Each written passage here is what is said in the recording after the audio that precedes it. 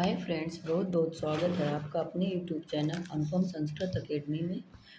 Friends, आज हम प्रयत्न पढ़ेंगे संस्कृत व्याकरण में प्रयत्न कितने होते हैं। और आज हम प्रयत्न देखते हैं। प्रयत्न दो होते हैं, एक बाह्य प्रयत्न और दूसरा अभ्यंतर प्रयत्न। तो बाह्य प्रयत्न जो होते हैं वो 11 होते हैं। कितने होते हैं? 11 होते हैं। और ये बाह्य प्रयत्न है जो 11 हैं। इनको कैसे हम लिखते हैं? जैसे हम इसको याद करने का क्या ट्रिक, बाह ऐसे लिखते हैं ना, ऐसे बाह है। तो हम इसको भी मिटा देते हैं और इसको भी मिटा दें यहाँ से। ये हमारा कितना बचेगा? 11। इधर का मिटा तो ध्यान रखने की बात है, आप ऐसे याद कर सकते हैं। अभ्यंतर प्रयत्न कितने हैं? 5। अब हम अभ्यंतर में हम अक्षर गिन लेते हैं, आधा अक्षर हम छोड़ देते हैं ता, और ये कितने हो गए? 4। और ये आधा आधा कितना हो गया? 5। अभ्यंतर प्रयत्न कितने हो गए? 5। अब हम चलते हैं आगे, देखते हैं। सवर्ण संज्ञा उच्चारण स्थान अभ्यंतर प्रयत्न समान हो तभी। क्या है? सवर्ण संज्ञा के लिए अभ्यंतर प्रयत्न लिया जाता है या बाह? तो पहला तो क्वेश्चन है कि सवर्ण संज्ञा के लिए अभ्यंतर प्रयत्न लिया जाता है या व्याह? तो अभ्यंतर प्रयत्न।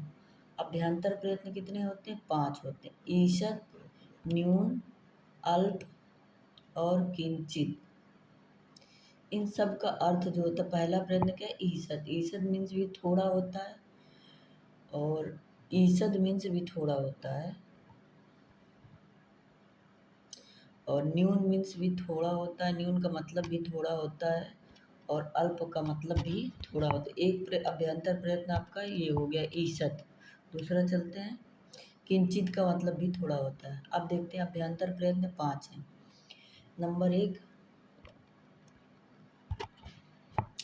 ईषद, पहला स्पृष्ट यानी स्पर्श, कितने हैं? 25।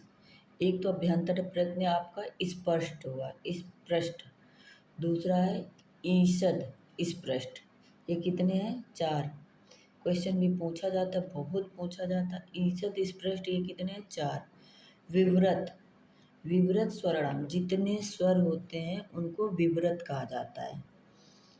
फिर नेक्स्ट चलते हैं आगे, देखते हैं। इसके 3 हुए और 2 और हैं। ईषद विवृत, ईषद विवृत। तो ईषद विवृत में ऊष्म वर्ण जितने होते हैं, ऊष्म ये आते हैं ईषद विवृत में। और संवृत में आता है स्वर, ये उच्चारण में संवृत और प्रक्रिया व्याकरण में विवृत होता है। अगर हम कोई चीज़ का ये आज वर्ण है, उच्चारण में ये संवृत होता है। जैसे हम बोलते हैं बालक, अभ्यंत, तो ऐसे करके ये उच्चारण में संवृत होता है और व्याकरण में विवृत बोला जाता है।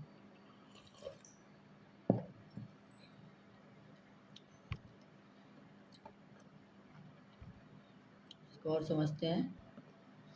स्पृष्ट 25 जो कु चू टू तू पू, ये कितने होते हैं? 25। ईषद स्पृष्ट जो अंतस्थ वर्ण है, ये कौन सा है? अंतस्थ वर्ण, अंतस्थ, अंतस्थ, ये आधा ना है, अंतस्थ वर्ण, ठीक है। ये ईषद स्पृष्ट में है, बहुत जरूरी टॉपिक है ये। विवृत कितना है? स्वर, स्वराराम विवृत, और ईषद विवृत ऊष्म वर्ण, ठीक है। आगे चलते हैं। संवृत आ का उच्चारण अष्टाध्यायी विवृत प्रक्रिया दशा में, जैसे वृद्धिरा दैज, ये क्या है? अष्टाध्यायी का प्रथम सूत्र है व्याकरण में।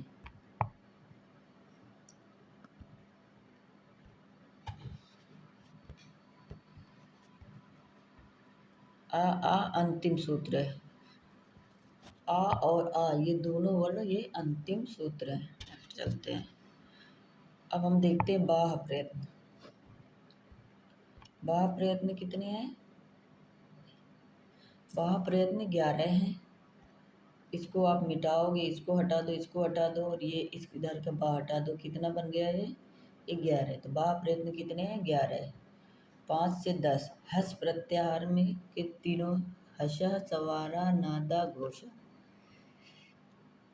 हस प्रत्याहार 5 से 10 के बीच में होता है। प्रत्याहार मैंने सिखाए बनाना। और खरो विवारा श्वासा अघोषा, ये बाह्य प्रयत्न 11 हो गए। तो 1 2 3 4 5 6 अल्प प्राण और महाप्राण 7। लेते 11 कौन कौन से? तो 11 कितने? महाप्राण, अल्पबार, संवार। 11वां प्रयत्न कितने हैं? खर प्रत्याहार क्या है? खर प्रत्याहार जो है 11 से 13 के बीच में आता है। हस प्रत्याहार में हशः सवारा नादा घोषा 3 हो गया।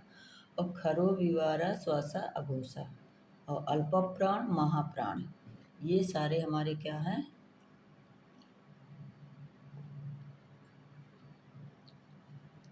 बाह्य प्रयत्न है। बाह्य प्रयत्न पूरे देखते हैं।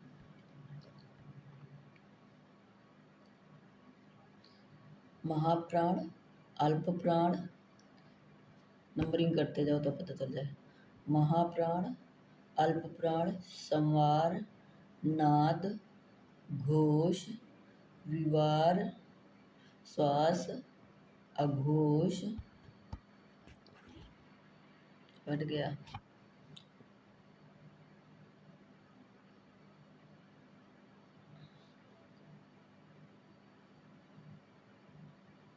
अघोष, अघोष,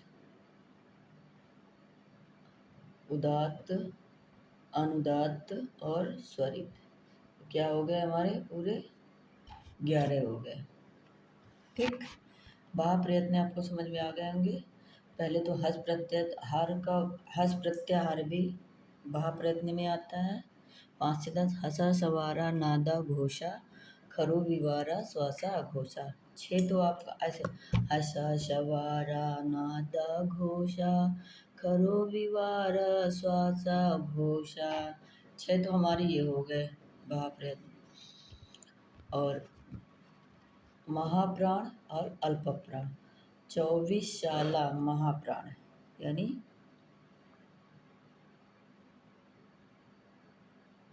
वर्ग का 24 शाला महाप्राण सल प्रत्याहार के वर्ण, यानी महाप्राण क्या है? महाप्राण में कौन कौन सा आता है? 24 शाला। कहाँ जा रहा है? 24 शाला।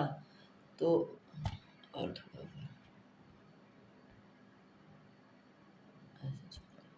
24 शाला महाप्राण, तो 24 जो है यानी सल प्रत्याहार के जो वर्ण होंगे वो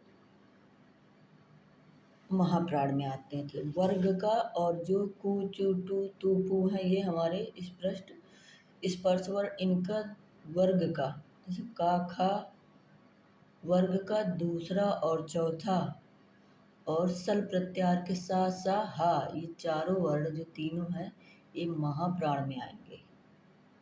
ठीक है। और 135 यण